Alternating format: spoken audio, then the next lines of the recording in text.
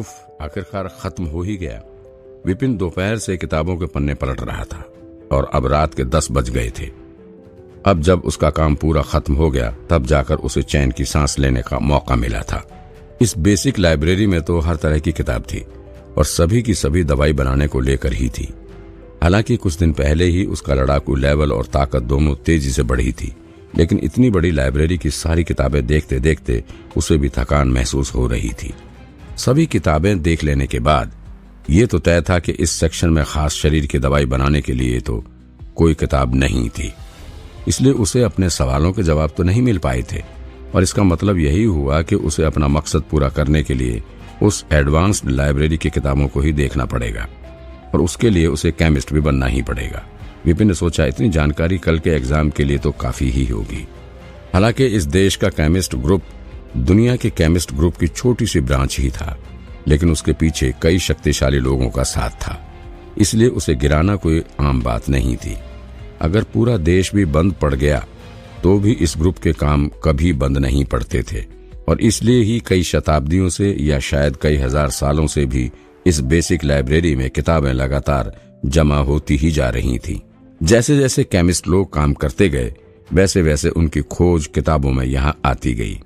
कोई केमिस्ट अपनी पूरी जिंदगी में भी इन सभी किताबों को पढ़कर खत्म नहीं कर सकता था और उनके ज्ञान को समझना तो नामुमकिन था। जब कोई उन्हें पढ़ ही नहीं पाएगा तो सभी के ज्ञान को मिलाकर याद करना तो बहुत दूर की बात थी। लेकिन विपिन के लिए ये काम आसान था, इसलिए वो एक ही दिन में ये सब कर पाया। इतनी सारी जानकारी के साथ अगर वो ये घोषणा भी करवा दे कि वो पूरे देश में दवाई बनाने के बारे में सबसे ज्यादा जानता था तो किसी की हिम्मत नहीं होगी उसे झुठला देने की, और अगर हिम्मत कर भी दी तो कोई उसे हरा नहीं पाएगा। हालांकि ये सब सिर्फ थ्योरी ही थी। अगर वो सच में दवाई बनाने की कोशिश करेगा तो शायद उससे आग भी ना जल पाए। दवाई बनाना तो दूर की बात थी। विपिन ने उठकर एक अंगड़ाई ली, फिर उसका ध्यान अपने पेट पर गया। उसका पेट जोर जोर से आवाजें कर रहा था। पेट पर हाथ फेरते हुए उसने कहा, मुझे जाकर कुछ खा लेना चाहिए, बड़ी भूख लगी है। ऐसा सोचकर वो तेज कदमों से लाइब्रेरी के बाहर जाने लगा। सुबह नाश्ता करने के बाद वो सीधा क्लास में पढ़ाने चला गया था और फिर उसे वहां से उस इच्छा जांच के लिए जाना पड़ा। फिर वो यहाँ केमिस्ट ग्रुप में आ गया और यहाँ आकर 4 घंटे पढ़ाई की और सीधा एग्जाम देने चला गया।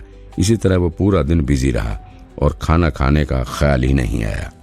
लेकिन अब तो उसका पेट भी उसे कोस रहा था और खाना मांग रहा था। भूख तो उसे बहुत देर पहले ही लगना शुरू हो गई थी, लेकिन उसके बढ़े हुए लेवल और ताकत की वजह से वो काम करता रहा और क्योंकि उसका बाहरी शरीर भी अब बहुत मजबूत हो गया था, इसलिए वो बिना खाने के भी इतनी देर तक लगातार काम कर पाया था। बेसिक लाइब्रेरी उस एग्जाम हॉल के ही रास्ते में थी, इसलिए उस लाइब्रेरी से निकलते ही उसकी नजर वहां बैठे मास्टर नामित और मास्टर ध्रुव पर पड़ी। उन दोनों के हाथ में ब्रश था और वो दोनों ही एक एक कागज पर कुछ लिख रहे थे, लेकिन थोड़ी थोड़ी देर में वो दोनों एक दूसरे को भी देखते जा रहे थे और उनके चेहरे पर लगातार अलग अलग और अजीब अजीब इमोशन आते जा रहे थे। कभी वो खुश दिखते तो कभी उदास या कंफ्यूज या फिर कुछ लिखने लग जाते थे। उन दोनों केमिस्ट को हाल में देखकर विपिन उनके पास गया और उनसे पूछा, आप दोनों अब तक यहाँ क्या कर रहे हैं? ओह, वो दोनों अब भी विपिन के पन्ने पलटने के कारण ही खोज रहे थे। विपिन को अचानक से अपने पास खड़े देखकर दोनों चौंक गए और फिर उन दोनों ने अपने अपने कागज अपने हाथ से छिपाने की कोशिश की। वो नहीं चाहते थे कि विपिन वो कागज देखे। विपिन ने आगे झुककर पढ़ने की कोशिश की कि कागज पर क्या लिखा था। थोड़ा बहुत उसे नजर आ रहा था, जो इस प्रकार था। उसके पन्ने पलटने के कारण की थ्योरी। नंबर 1, हीरो बनने की कोशिश कर रहा था, 30 वोट। नंबर 2, बोर हो रहा था, 1 वोट। नंबर 3, किताब का मटेरियल देख रहा था, 1 वोट। नंबर 4। शुरुआत की कुछ लाइन पढ़कर विपिन को हैरानी हुई। क्या ये उसके बारे में था? वैसे वही अकेला था जो बेसिक लाइब्रेरी में थोड़ी देर पहले पन्ने पलट रहा था। ये उसी के बारे में होगा, लेकिन वोट का क्या मतलब हुआ? और मतलब जो भी हो, हीरो बन रहा था पहले नंबर पर क्यों लिखा था और उसके आगे 30 वोट क्यों लिखा था?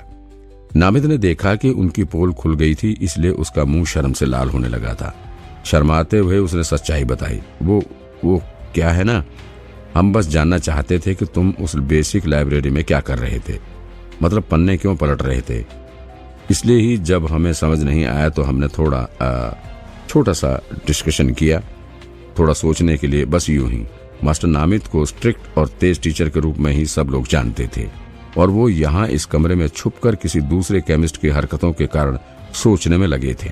वो भी कोई बड़ा केमिस्ट नहीं, एक शिष्य जो अभी अभी पास हुआ था और सिर्फ पन्ने पलट रहा था। अगर किसी को ये बात पता चल भी गई तो भी कोई यकीन नहीं करेगा। विपिन ने कहा, मैं तो बस एक किताब ढूंढ रहा था, मुझे मिली नहीं, इसलिए थोड़ा ध्यान से देखने के लिए हर किताब के पन्ने पलट रहा था। उसे किसी भी हालत में स्वर की लाइब्रेरी का राज किसी को नहीं बताना था। उसका पन्ने पलटना अजीब तो था, इसलिए किसी का उसकी इन हरकतों पर शक करना कोई हैरानी की बात नहीं थी। लगता है उसे आगे से इस बात पर ध्यान देना पड़ेगा। उसका जवाब सुनकर नामित और ध्रुव दोनों ने माथा पीट लिया। इतना आसान सा जवाब था, और किस लिए पन्ने पलटूंगा मैं? विपिन ने कहा। अगर उसे लाइब्रेरी का राज छिपाने के लिए 100 झूठ भी बोलने पड़े तो भी वो खुशी से बोल देगा और उसे जरा भी इस बात का मलाल नहीं होगा। नामित और ध्रुव इस मामले को पूरी दोपहर से डिस्कस कर रहे थे। इसके बारे में सोचने के लिए उन्होंने खाना तक नहीं खाया था। उन्हें लगा था कि इस हरकत के पीछे जरूर कोई बड़ा और गहरा राज होगा। उन्हें क्या पता था कि जवाब तो इतना सिंपल था। ये तो वही बात होगी, खोदा पहाड़ निकली चूहिया। ठीक है, फिर नामित के पास ये कहने के सिवा और कोई चारा भी कहाँ था। इस मामले को दोपहर से सोच सोच कर उनका दिमाग खराब हो गया था। उसे क्या पता था कि सामने वाले के ऐसा करने की वजह इतनी सिंपल होगी। इसलिए अब उस शर्मिंदगी को हटाने के लिए उसने टॉपिक बदलने की कोशिश की। मैंने 10 केमिस्ट को कल के फार्मूला डिबेट के लिए कह दिया है और उन्हें आने के लिए भी इनवाइट भेज दिया है। वो कल यहाँ आ जाएंगे, इसलिए तुम अपनी पूरी तैयारी रखना। कल दोपहर को यही फार्मूला डिबेट होगी। बढ़िया, विपिन ने सिर हिलाते हुए कहा।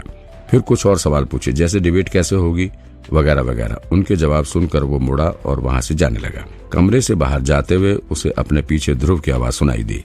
तुम हार गए हो, पैसे दो। नामित ने जवाब दिया। उसकी आवाज में दुख था। मैं हारा जरूर हूँ, लेकिन तुम भी नहीं जीते हो। तुमने अपने ज्यादातर पैसे इस वजह पर लगाए थे कि वो हीरो बनने की कोशिश कर रहा होगा। विपिन को यकीन नहीं हो रहा था कि वो क्या सुन रहा था। तुम सब इज्जतदार केमिस्ट हो, फिर भी मेरी हरकतों पर जुआ खेल रहे हो, और दाव लगाया भी तो इस बात पर कि मैं हीरो बनने की कोशिश कर रहा था।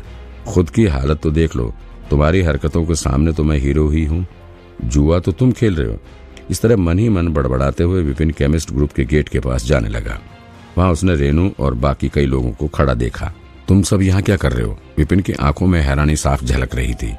उसे कोई अंदाजा नहीं था कि वो यहाँ क्या कर रही थी। ये तो केमिस्ट ग्रुप की बिल्डिंग थी, स्कूल नहीं। रेनू यहाँ किस लिए आई थी? Vipin sir, thank you. Vipin को वहां आते देख रेनू से रहा नहीं गया और वो फौरन जमीन पर घुटने के बल बैठ गई। उसकी आंखों में विपिन के लिए आदर साफ नजर आ रहा था। विपिन ने उसे रोका। उठो उठो, उठ जाओ। तुम मुझे क्यों थैंक यू बोल रही हो? मैंने क्या किया? इस लड़की को क्या हो गया? अब मेरे आते ही जमीन पर बैठ गई। कहीं ऐसा तो नहीं कि इसकी वो बीमारी ठीक हो गई थी? ऐसा सोचकर उसने रेनू से पूछा, क्या तुमने पुरानी ठंडी सूर्य घास खा ली? उसका असर कैसा था? सब ठीक रहा ना? विपिन के मुंह से पुरानी ठंडी सूर्य घास का नाम सुनकर अनुराग हैरान रह गया था। उसे तो लगा था कि विपिन को शायद ये पता ही नहीं होगा कि उसने रेनू मैडम को क्या दिया था, और इसलिए उसे इस गिफ्ट की कीमत के बारे में भी पता नहीं होगा। लेकिन अब लगता था कि उसे इस जड़ी बूटी के बारे में जानकारी थी, और अगर जानकारी थी तो उसे ये भी पता होगा कि ये जड़ी बूटी कितनी कीमती थी। इतनी कीमती जड़ी बूटी इस तरह बिना कुछ बदले में मांगे अपने स्टूडेंट को दे देना, और फिर अपने ही स्टूडेंट की खासियत को जगाने के लिए डिबेट की सजा जैसा खतरा अपने सिर पर ले लेना। विपिन की इन्हीं हरकतों ने अनुराग को उसकी रिस्पेक्ट करने पर मजबूर कर दिया था। उसके लेसन चाहे कैसे भी हों, लेकिन वो एक टीचर के तौर पर अपने स्टूडेंट्स का पूरा ध्यान रखता था। विपिन सर, मैं अपने पहले की बदतमीजी और उस दिन के बर्ताव के लिए आपसे माफी मांगता हूँ। मैं अपने बर्ताव को लेकर बहुत शर्मिंदा हूँ। मैंने आपके ऊपर शक किया, आपके टैलेंट पर शक किया। मैं बहुत शर्मिंदा हूँ, प्लीज मुझे माफ कर दीजिए। अनुराग ने आगे आकर और झुककर माफी मांगी। उसकी पहले की हरकतें वाकई हंसने लायक ही थी। इतना जिम्मेदार टीचर पढ़ाने में गलत कैसे हो सकता था? शायद लोगों में हो रहे चर्चे सच में झूठ थे, और बिना किसी वजह से लोग विपिन सर को भला बुरा कहते रहते थे। ये कोई मुझे बताएगा ये क्या हो रहा है? उन दोनों को इस तरह से झुकते और बोलते देख विपिन को कुछ समझ नहीं आ रहा था।